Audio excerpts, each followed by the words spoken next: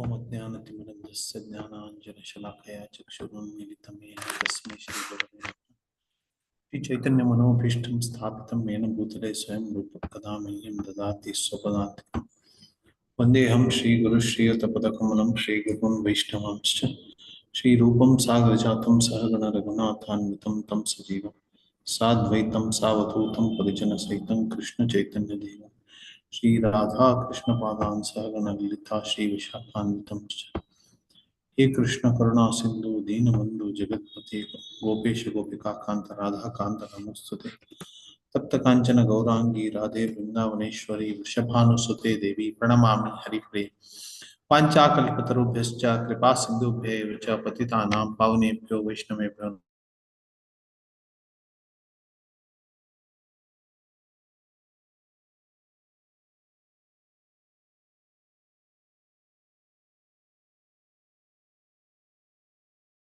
अभ्रमं भंगरहितम् अजडं विमलं सदा आनन्दतीर्थमतुलं भजे तापत्रयापहम् चित्रै पदैश्च गम्भीरैः वाक्यैर्वाणैरखण्डितैः गुरुभावं व्यञ्जयन्ती भाति श्रीजयतीर्थवाक् अर्थकल्पितकल्पोऽयं प्रत्यर्थगजकेसरी व्यासतीर्थगुरुर्भूयात् अस्मद् इष्टार्थसिद्धये जयति श्रीगोविन्दो गोपीनाथः समदनगोपालः वक्ष्यामि यस्य कृपया प्रमेय रत्नावलिं सूक्ष्मम् भक्त्या भासेनापितोषं ददाने धर्माध्यक्षे विश्वनिस्तारे नाम्नि नित्यानन्दाद्वैत चैतन्य रूपे तत्त्वे तस्मिन् नित्यम् आस्तां रतिर्नः आनन्दतीर्थनाम सुखमय धाम यतिर्जीयात् संसाराणवतारणीं यम इह जनाः कीर्तयन्ति बुधाः भवति विचिन्त्या विदुषां निरवकरा गुरुपरम्परा नित्यम् एकान्तित्वं सीदयति यतोदयति येन हरितोष हरे Krishna Krishna Krishna Hare Hare Hare Ram Ram Ram Hare Hare Hare Krishna. So we have almost completed the first Prameya, which is Hari Paratarha. Krishna is the Supreme Personality of Godhead. So what are the topics that we discussed in this section? Can each of you tell about one topic which was discussed in this section?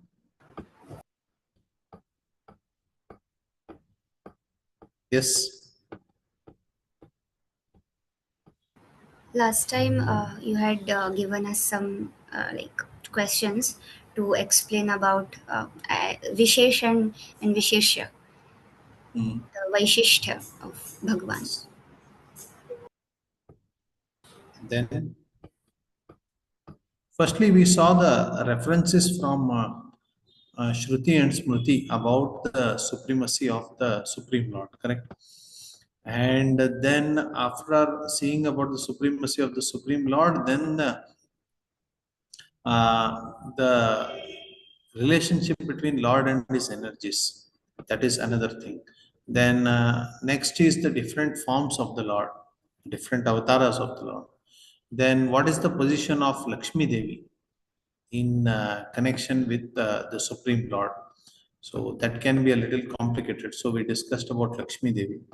And then we also discussed about what are the different avatars of the Lord. And once the avatars are discussed, then the different forms of Lakshmi, as many avatars as the Lord takes, so many avatars the Lakshmi Devi also takes.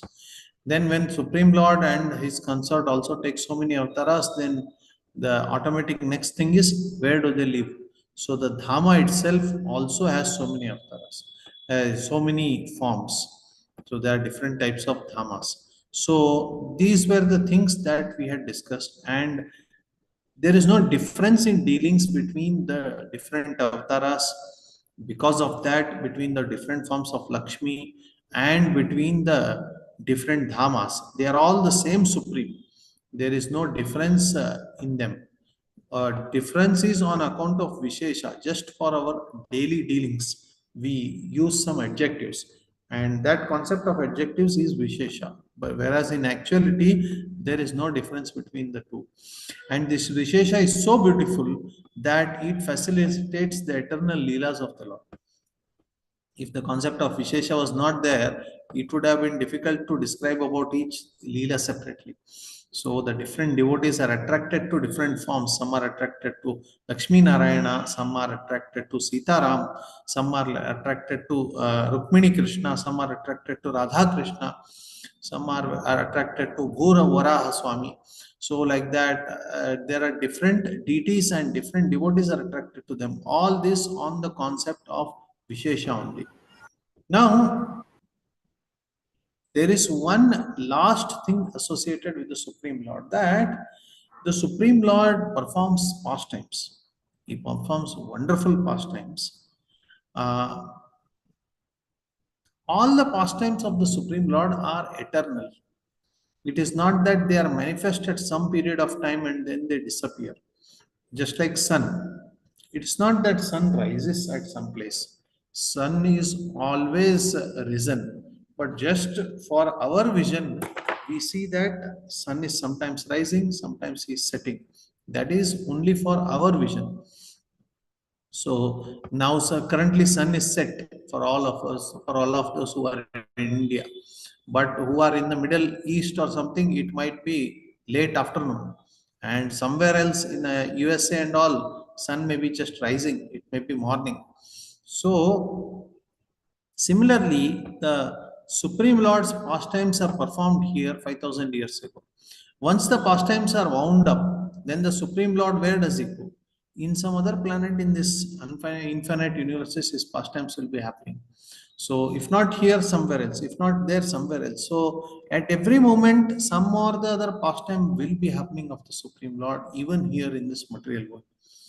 Now, further it is enhanced by Gaudiya Vaishnava Acharyas who say that even in the spiritual world, the pastimes of the Lord are eternally going on. So the different forms of the Lord are there, the different dhamas are there, and the different pastimes associated with that is there.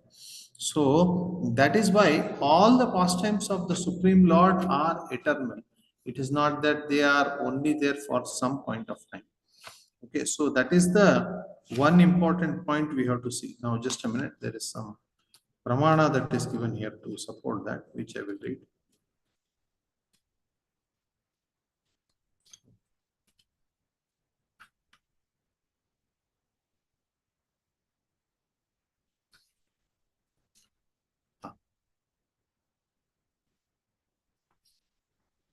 Brihadaranyaka Upanishad says, Lord Vishnu has eternal pastimes, as stated in the Shruti, Yad Gatam Bhavatcha Bhavishyatcha.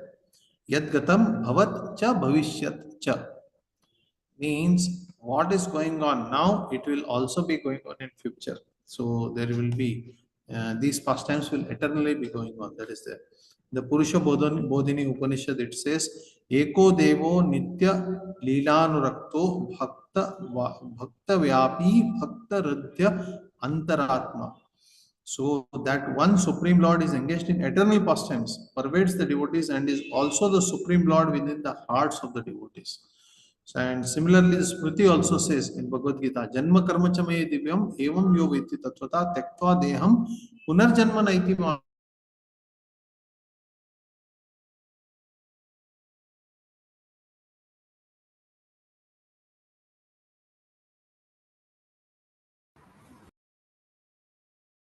established that the Supreme Lord's pastimes are also eternal and they are going on.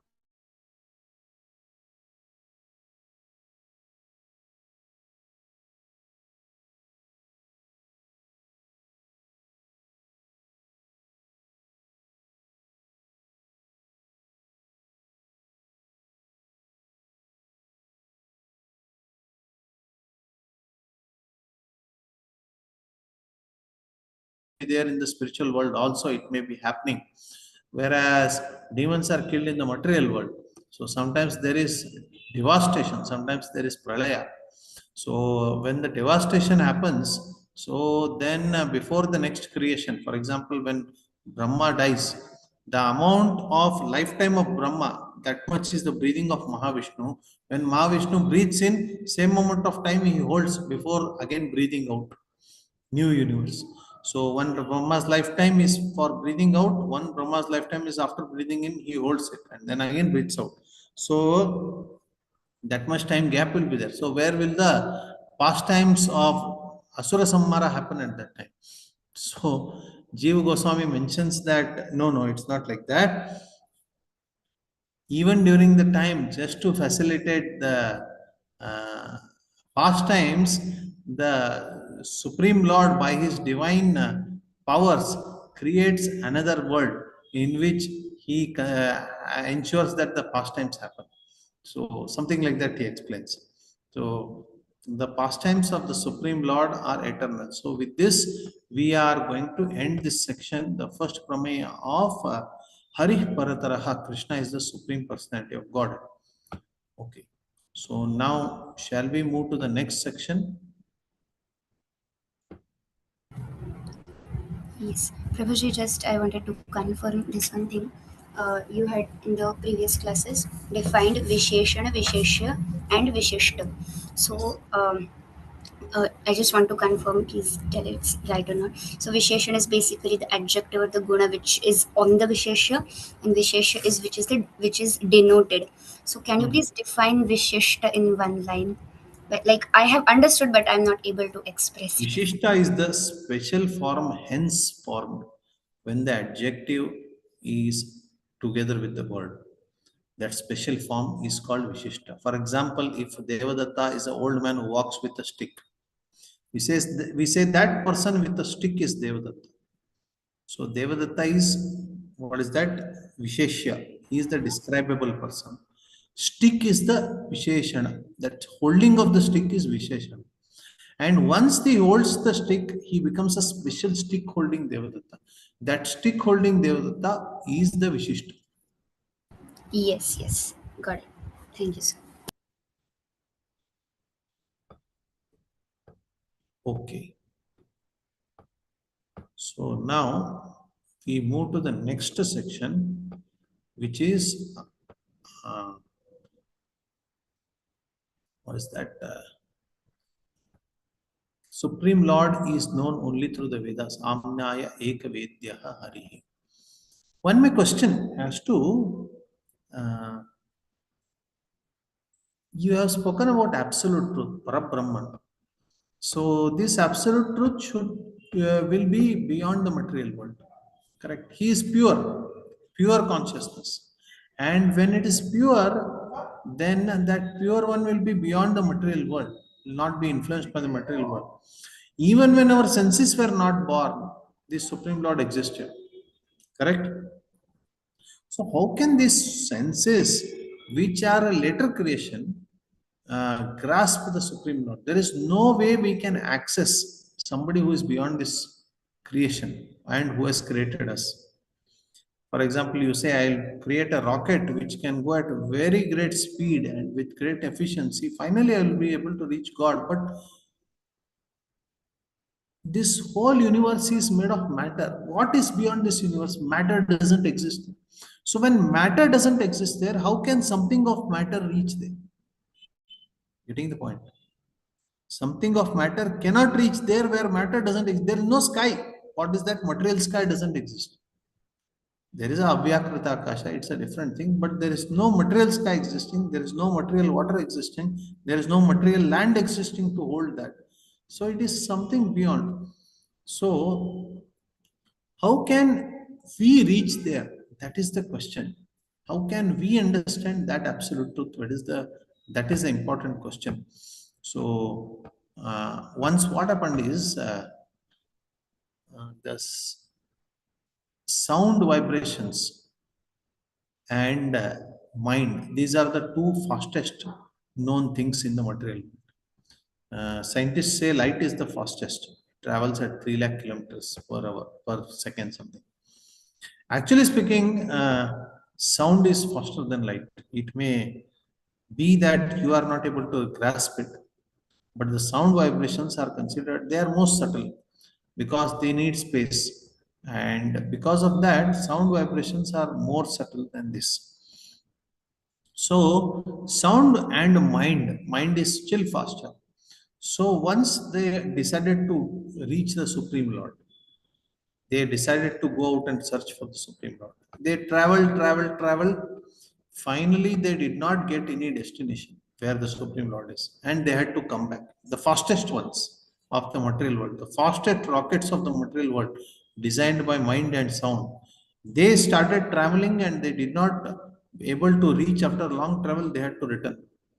Yato vacho nivartante aprapya manasasa. That's what is said in Upanishads, that the sound vibrations and the mind, they are traveling but they cannot reach the Supreme Lord, they just return back.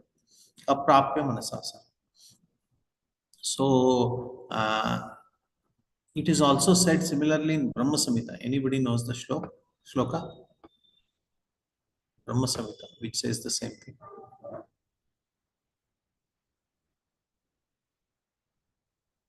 Yes, anybody knows the shloka? Panthastu koti satavasastu. Yes. Panthastu koti shatavatsara sampragamyo vayoratapi manaso munipungavana. The most expert of the scientists, you call the world's most expert scientists together in one place, give them a project to create the fastest of the rockets. And the fastest of the rockets, which can travel at the speed of sound, which can travel at the speed of mind. Sopyasti yat prapadasimya vichintya tatve govindamadi pursuit. Saha api. Even that also cannot reach this absolute truth. That Govinda I offer my obeisances.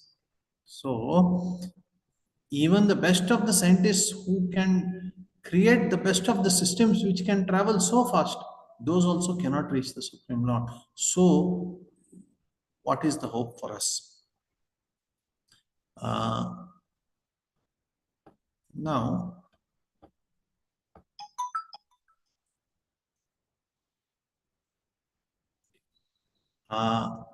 Prabhupada says in Bhagavatam 4.2.40, he says, just a minute. He says Vedic evidence is called Shabda Brahma. There are many things which are beyond the perception of our imperfect senses. Yet the authoritative evidence of sound vibration is perfect. The Vedas are known as Shabda Brahma because evidence taken from the Vedas constitute the ultimate understanding. This is because Shabda Brahma or the Vedas represent the Supreme Personality of Godhead. Srimad Bhagavatam 4.2.40. Here it says that the Vedas are called Shabda Brahma because they are the sound vibrations which represent the Supreme Personality of Godhead. So, if we want to know the Supreme Lord, it will be through sound vibration. That is what it says. But then we already discussed that sound cannot reach.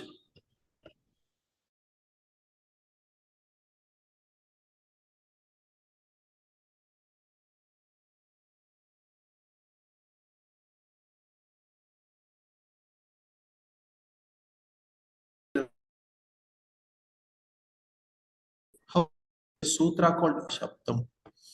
Ikshatehe na Shabdam is what they ordinarily translate it as. Means Shabda cannot reach that. But actually, it has to be translated as Ikshatehe na Ashabdam. Other than sound, there is no other way to reach that. That is the way it has to be translated. These sound vibrations, they are coming in parampara, the message of the Vedas. And because the message of the Vedas are coming in disciplic section of parampara, those sound vibrations reveal the absolute truth. They reveal the Supreme Personality of God. So that is the point we have to understand, that Supreme Lord is revealed through the Vedic authority, the authority of the Vedic sound. Now,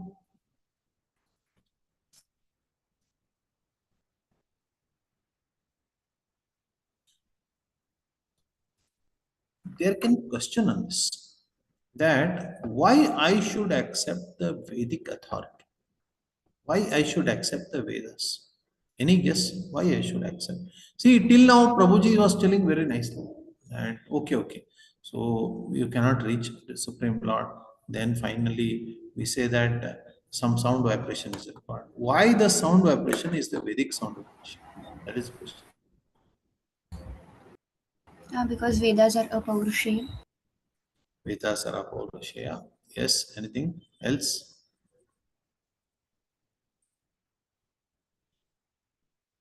Because Hare Krishna, we Prabhuji. don't have any other option also. Sorry? We don't have any other options also. Our senses are imperfect. Whatever Ah, means are perfect. So okay. there is no choice except this. Also, can Yes, there be this reason also that sound is the subtlest medium of information to be passed on? correct. Yes. So sound is the only hope because that is the most subtle. Yes, anything else? Yes, Hare it's Krishna, free from four Vedas defects, are Prabhu. Yes, Vedas are free from four defects. That is true. Yes, Vedas are self-revealing, Prabhuji. they are self-revealed. Correct. All of you are saying very nicely these points. Now, the Buddhists, they say that I don't believe in all these things. Vedas have so many defects. Basically, they have three primary defects according to the Buddhists. They are called Andatatva, Vyaghata, and Punarokti dosha. Andatatva means they tell lies, they tell something false. Vyaghata means they tell something which is self contradictory. And Punarokti means they repeat things unnecessarily. I will explain each of this. It is said that Putra Kameshti Yajna has to be done for a nice son. If you want to have a nice son, you have to do Putra Kameshti Yajna. But we can say that there are many people who have done this Yajna, but they did not get children. So that means if the Yajna is done, they should get children. They did not get children. So that seems to indicate that Vedas are telling something false.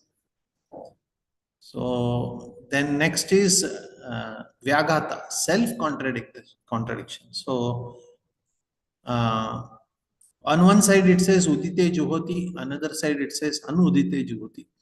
Yeah, sometimes it says Yajna has to be done during the day.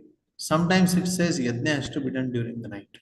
So what is this? You are contradicting. On one hand, you say Yajna has to be done in the day. On the other side, you say Yajna has to be done in the night. It also says Ati Ratre Sholdrusham Grindami, Nati Ratre Sholdrusham Grindami. The Somarasa pot, you have to accept it during the night, says. Elsewhere, it says that you should not accept it during the night. So the same Vedas are telling both these things. Now there is one more, Punarokti dosha. It is said in the Vedas, Om Shanti, Shanti, Shanti. So why are these Vedas repeating things? If you say once Shanti, will it not be Shant? Will there not be peaceful? Sometimes teachers Shanti, he says no, silence.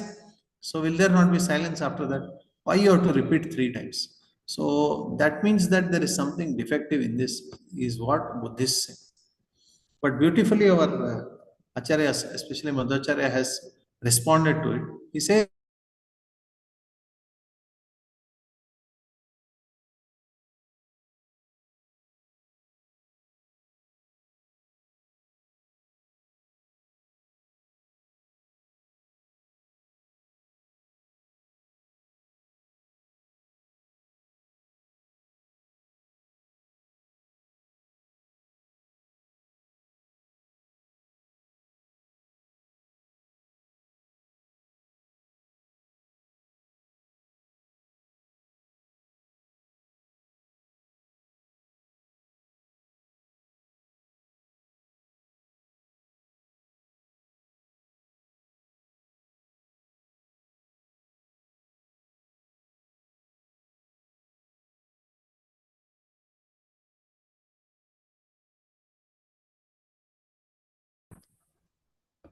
Hare Krishna, there was some problem.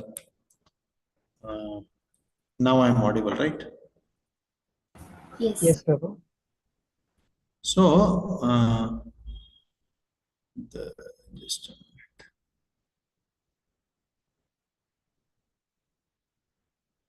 Yeah. So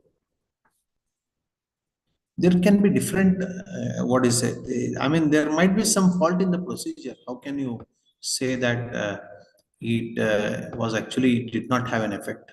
So we have to see whether we followed the procedure properly or not. So similarly, mm,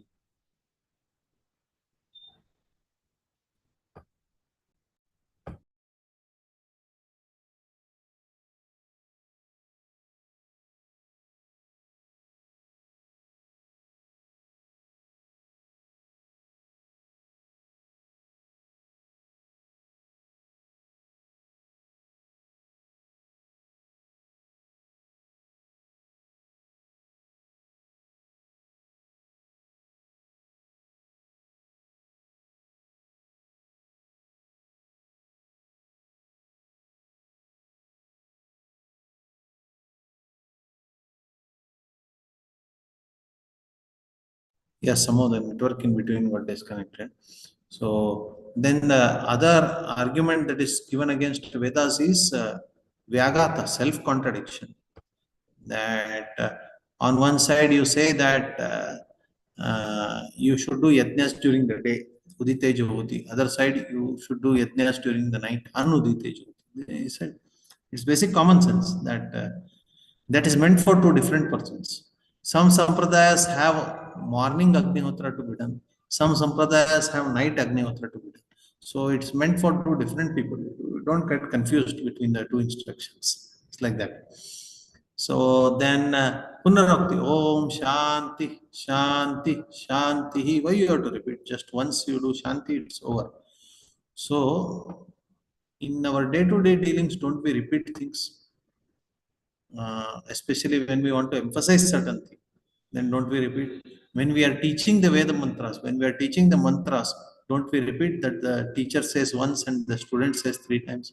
So that's also there in our day-to-day. So in our day-to-day dealings, when so many things are there, why not in the Vedas? So especially when some things have to be emphasized, they are repeated.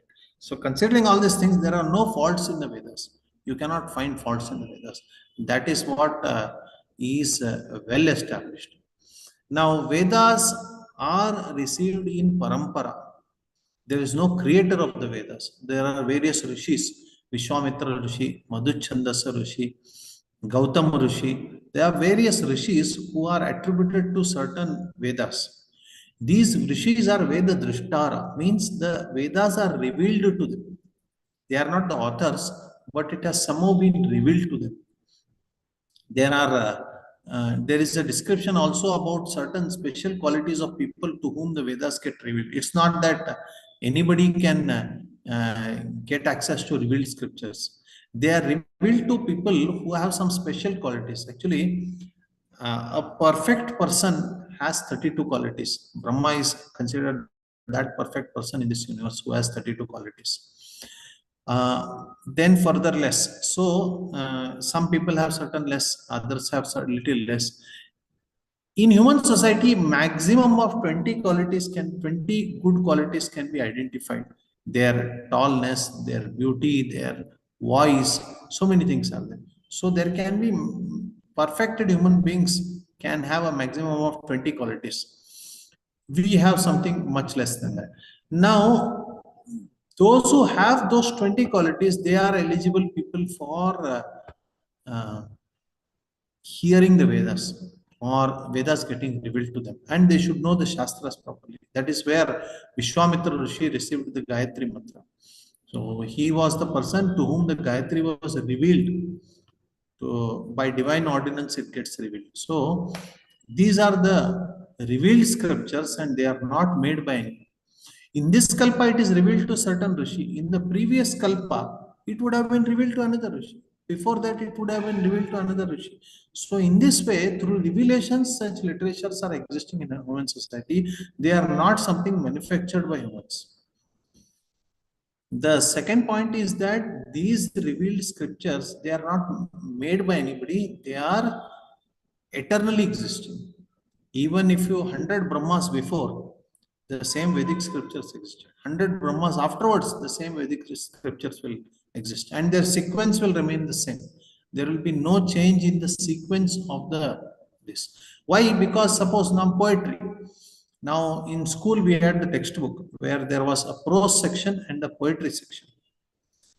You see, the prose section they would write normally, straight words. Whereas in the poetry section, they would jumble sometimes. They would not write in the same sequence that they write in prose. Why? Why would they do that? Anybody can think?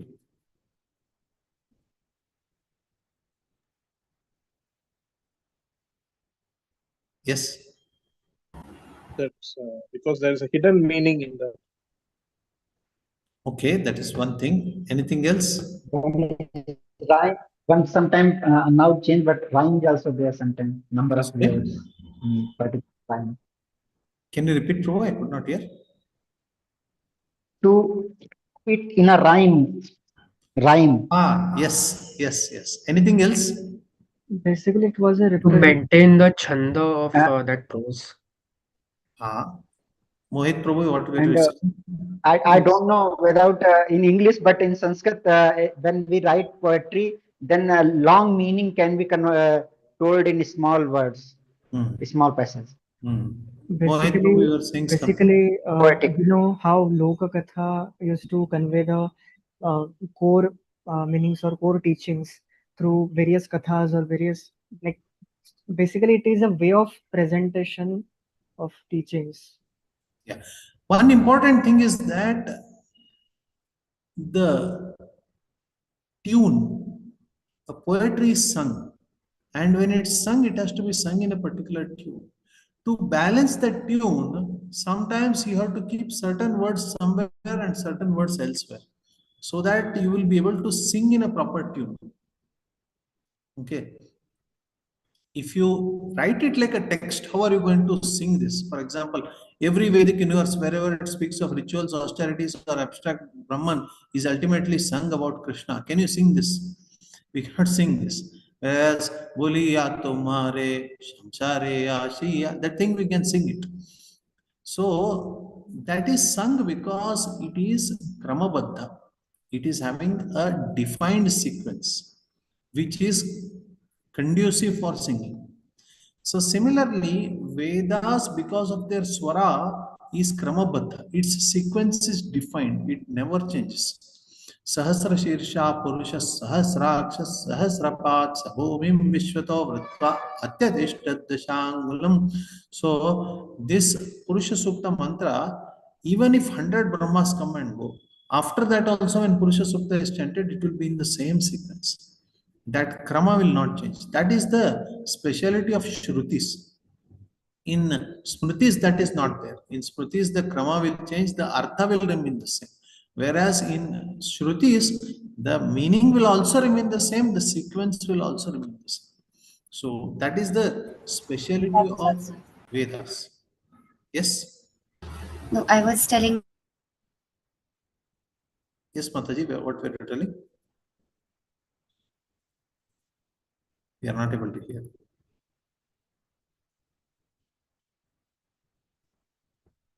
Hare Krishna, sorry, we are not able to hear. So basically, that is the idea that the sequence remains fixed in the Vedas.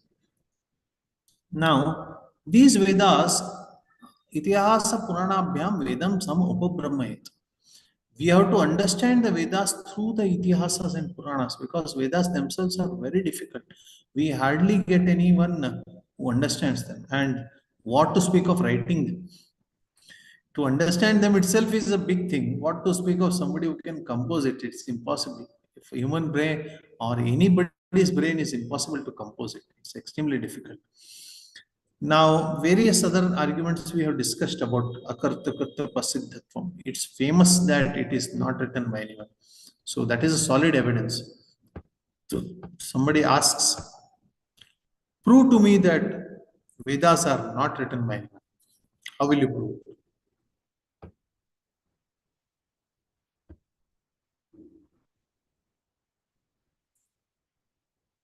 Yes? How will you prove that Vedas are not written by anyone? show the Vedas. You all should have asked this question to me. So many times I said Aparusha, not written by anyone.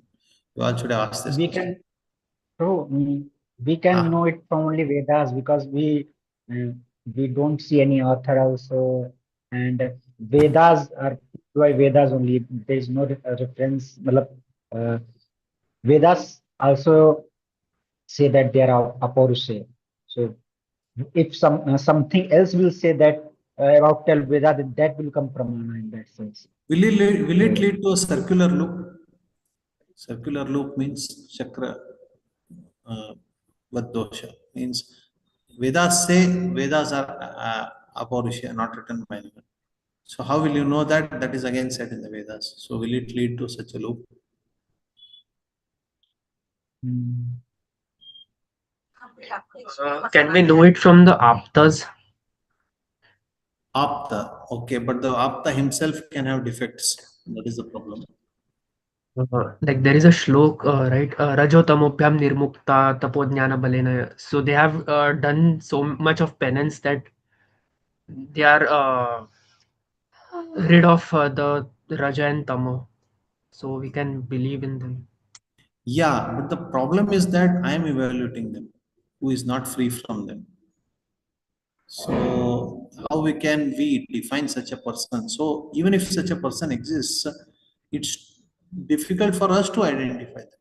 So what to speak of first believing in them and then believing in their words, which are Vedas. So different levels of faith I have to keep.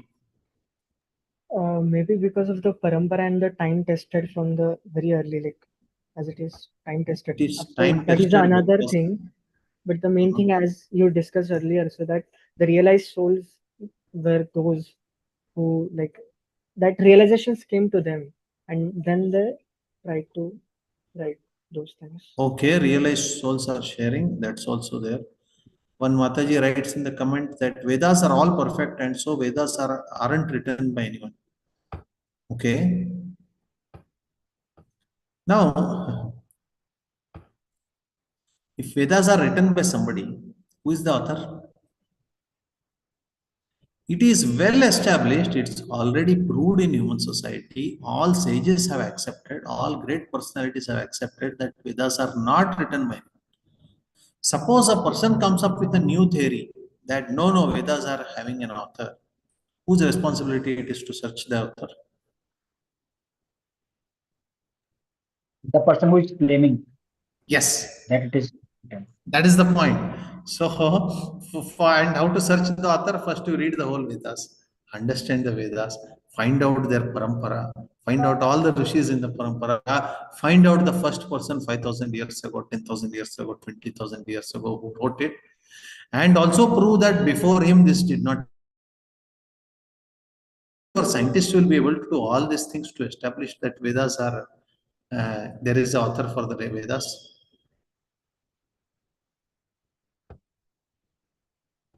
Simple, right? It's a simple way that we can silence these agnostics. Prabhuji, That Prabhuji, is it like that Pramana, Devata Divan Bhumte, Rat, Ratri Bhumte? sorry, There is no other, it is not Devdatta Divana Bhumte, then it's Ratri Bhumte, like he is fired. Similarly, Arthapati. since there is no Arthapati, so it says, is it Arthapati Praman by which we are proving this? This is pure Tarka, logic. Okay, it's a part of Hanumana only. Arthapati is also part of Hanumana. Tarka is also part of Hanumana only. So this is pure logic by which we are proving that we know everyone has accepted. Now you are coming up with a new theory that Vedas are written by somebody. It's your responsibility to find the author. Then we'll accept it. So they will not be able to find the author at any cost because they have to put that effort and search it. And most of these people would not have even read the Vedas, what to speak of understanding their meaning. So that way, akartrukatva prasiddhatvam. This concept is called akartrukatva prasiddhatvam. It is well established that there is no author. So that is itself a evidence that Vedas are Aparusha. Okay. Now,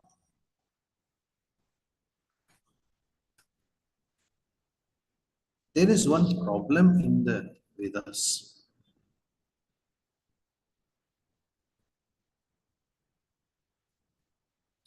Sometimes the Vedas speak about,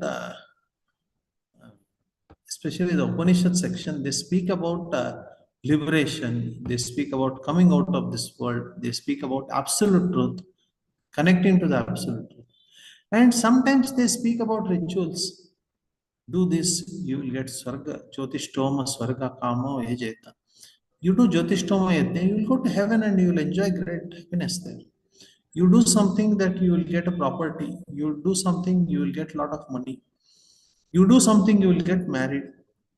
So, lot of these things also it is mentioned. What is the point? Why it speaks of these two different things is going to be the topic of discussion. So we call Veda as a Kalpataru, it gives everything. Yes, yes, yes. Correct. So, Baldev Vidyabhushan uses a beautiful word there. Sakshat paramparabhyam veda gayanti madhavam sarve. There is no discussion other than Supreme Lord in the Vedas at all. Vede Ramayane chaiva Purane Bharate katha adi ante cha madhye cha hari sarvatra giyate. Beginning, middle, end, everywhere it's only glorification of Hari. Nothing else is there, he says. So how that has to be understood? That actually speaking, every word, everything is a glorification of Supreme Lord only. Krishna says in the Bhagavad Gita, Vedescha sarver aham eva vedyo vedanta krut veda videha chaham. Dvavimo purusho loke ksharashchakshara eva cha ksharas sarvani bhutani kutastokshara utrate uttama purushastanya parmatmetyo darata yo lokatrayamavishya vivartavya ishvara. तस्मात् क्षरम अतीतोहम अक्षरादपि चोत्तमा अतोस्मि लोके वेदे च प्रतित पुरुषोत्तम. So it is in the Vedas and in non-Vedic granthas, only Purushottama is glorified. Nobody else is glorified. If one understands this, this is the key for opening our opportunity to go back to God. How does 15th chapter of Bhagavad Gita begin? Anybody knows? Urdhva Moolam Urdhmoolam Adhashrakam. Adhashrakam. Yes. Why that topic came up? Sorry, I am digressing from this to Bhagavad Gita. Why that topic came up?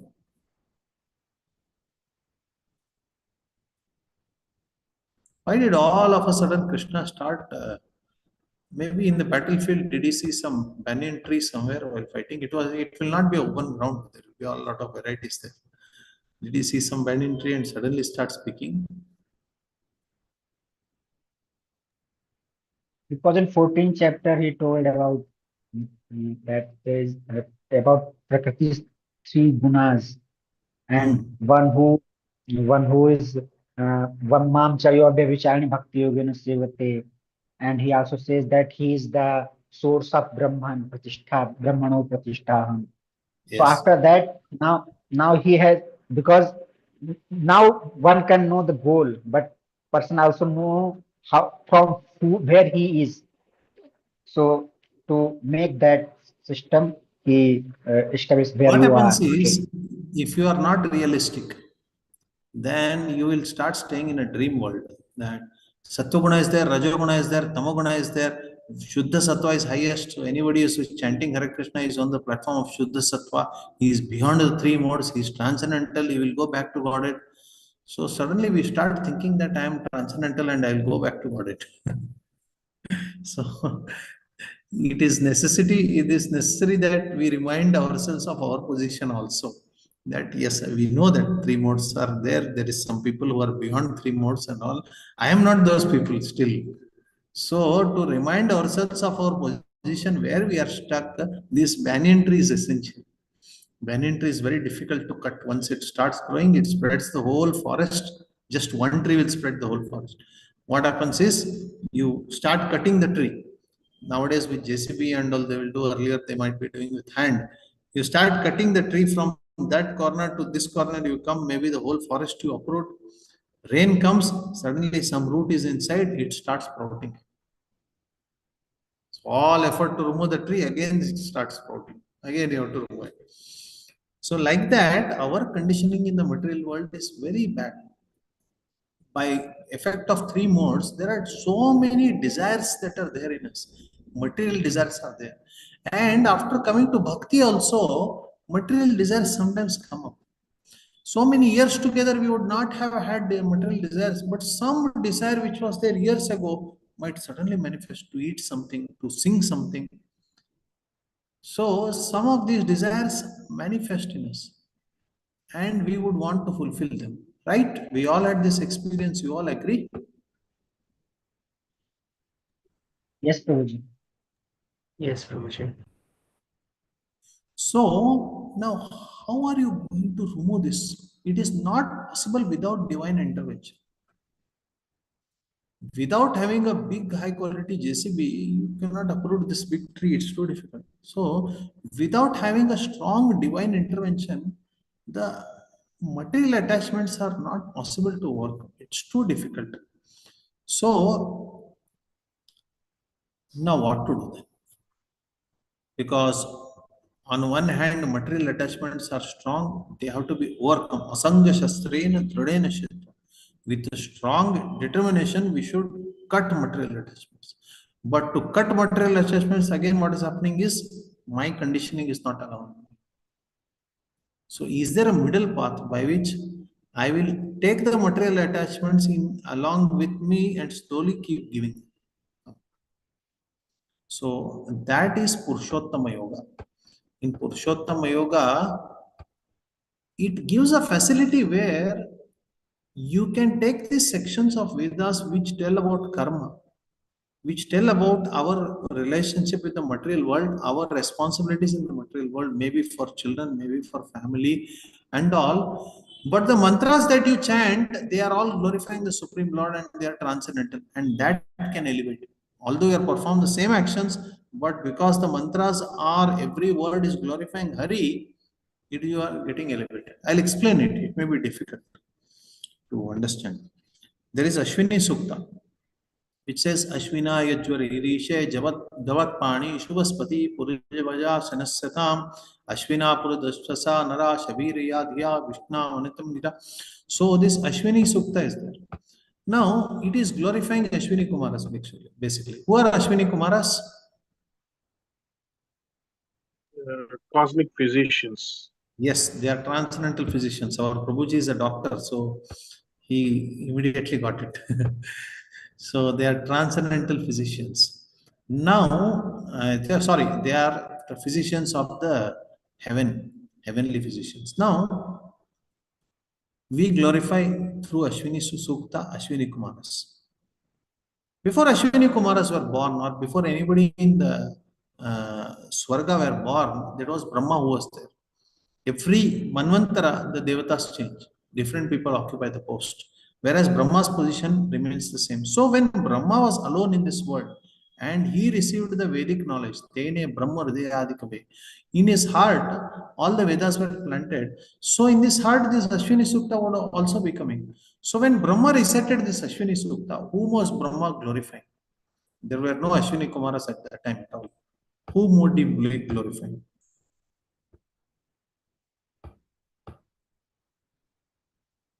So Ultimately, yes. ultimately, all the vibhutis which we are seeing in the devatas, they belong to Bhagwan himself.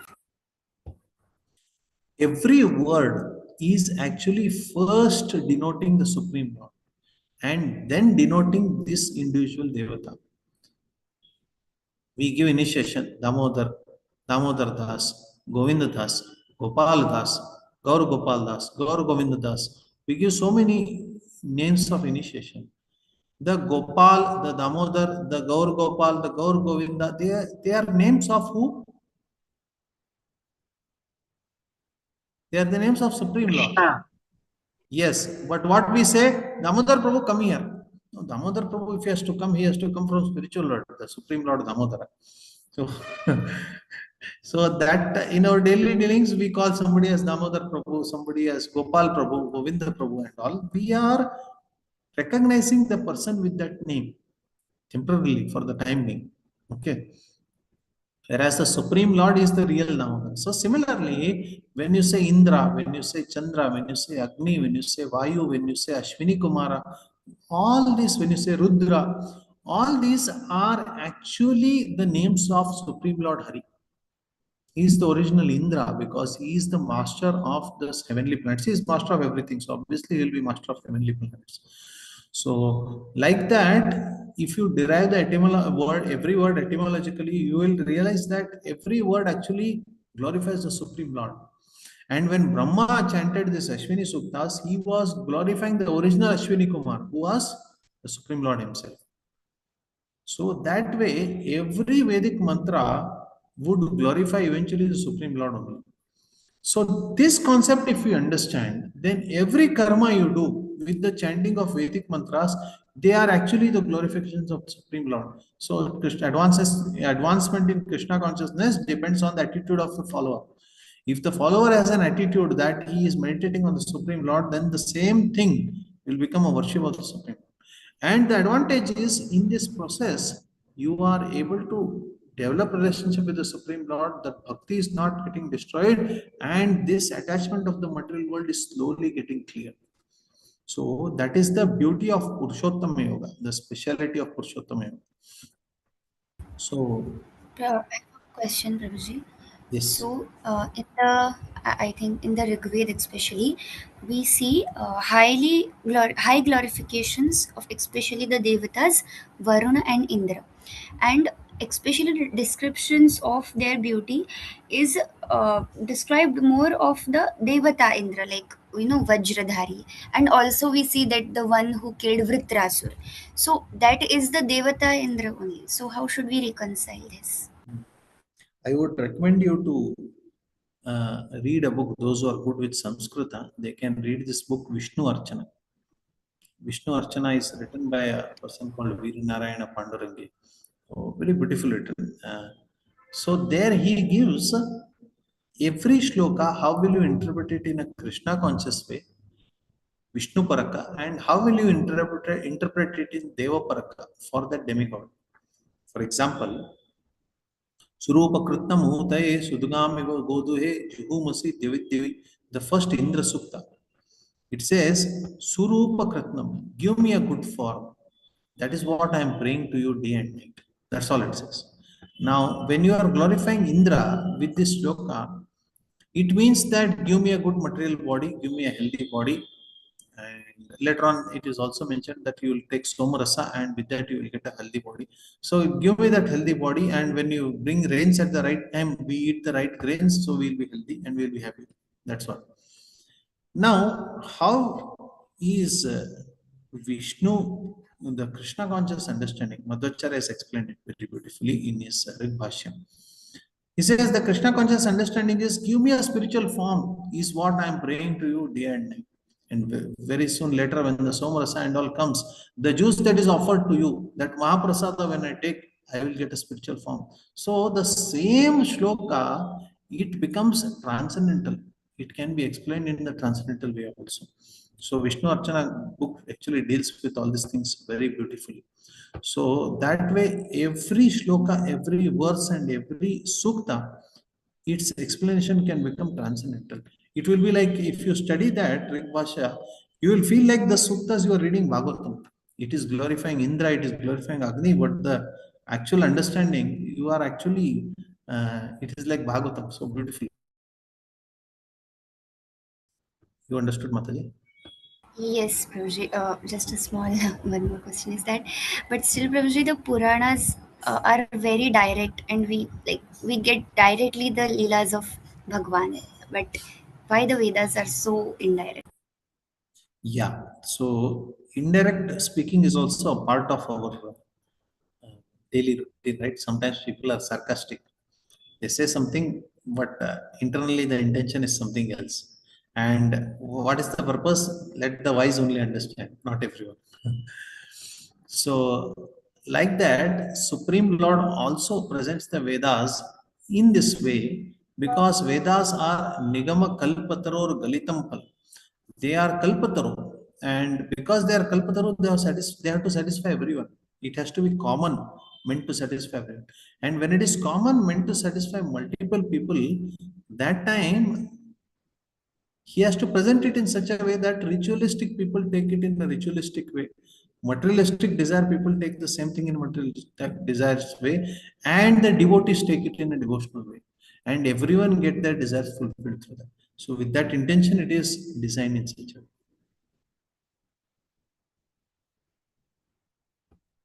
Is that clear? Yes, thank you. Yes. Okay, so we will stop here now. Many interesting topics associated with this are there. Tomorrow we will be discussing them.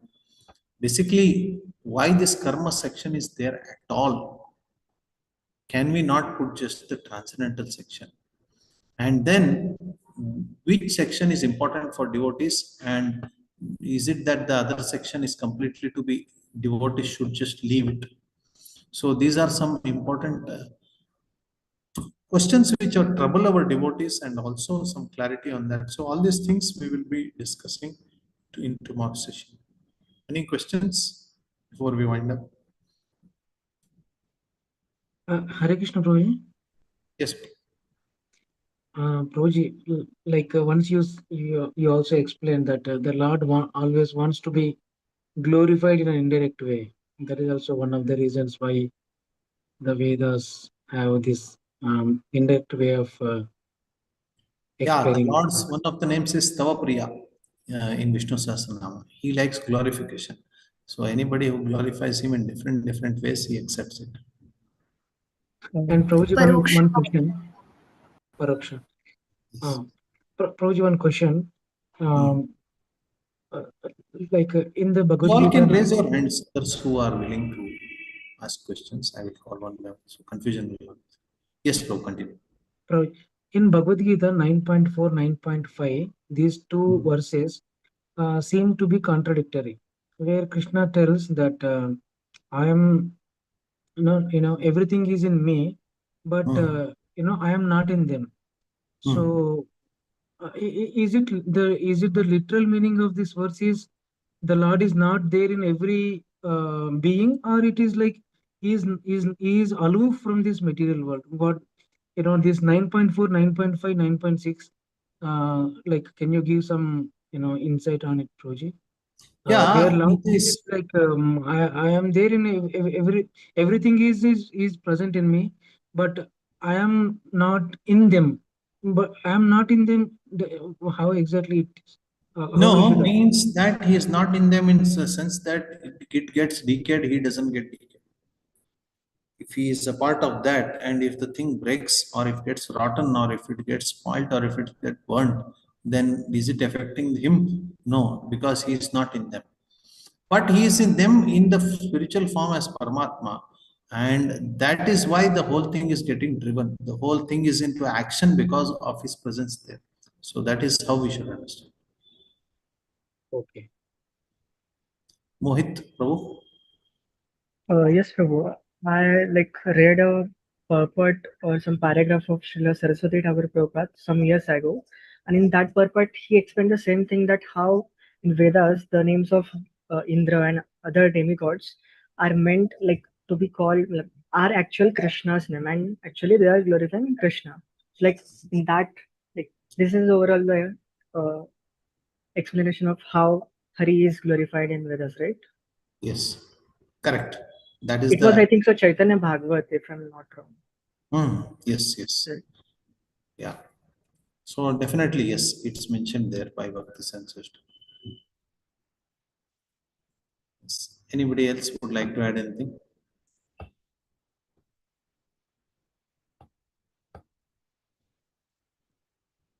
Hare Krishna, Prabhuji. Yes, Prabhuji. Prabhuji, you said that the direct way of understanding and indirect way of understanding, and this is it puts us in a very broader understanding. So when we combine both this, it makes us the devotee more broader, puts him in the broader view.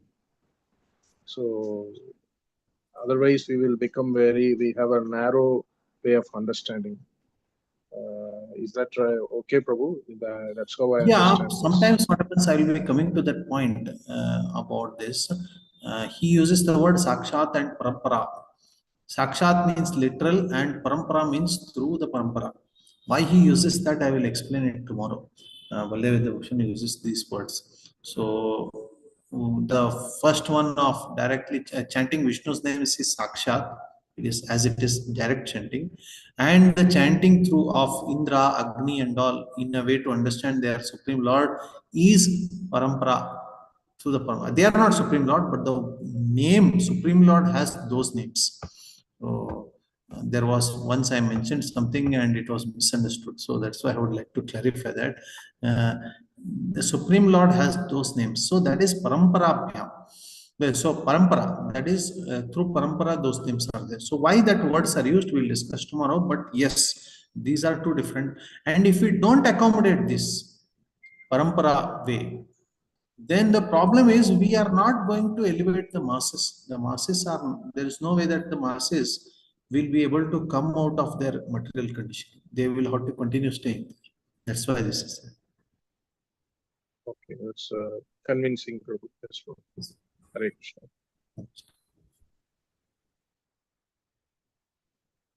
Anything else?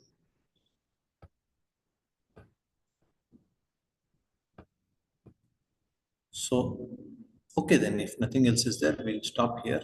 Tomorrow we'll continue. Panchakalpatarubhascha kripasindhubhyavcha patitanam pavanebhyo vaishnavebhyo namo namaha. अनंत कोटि वैष्णव वृंद की जय, शील प्रभुपाद की जय. हरे Krishna. Hare Krishna. हरे कृष्ण.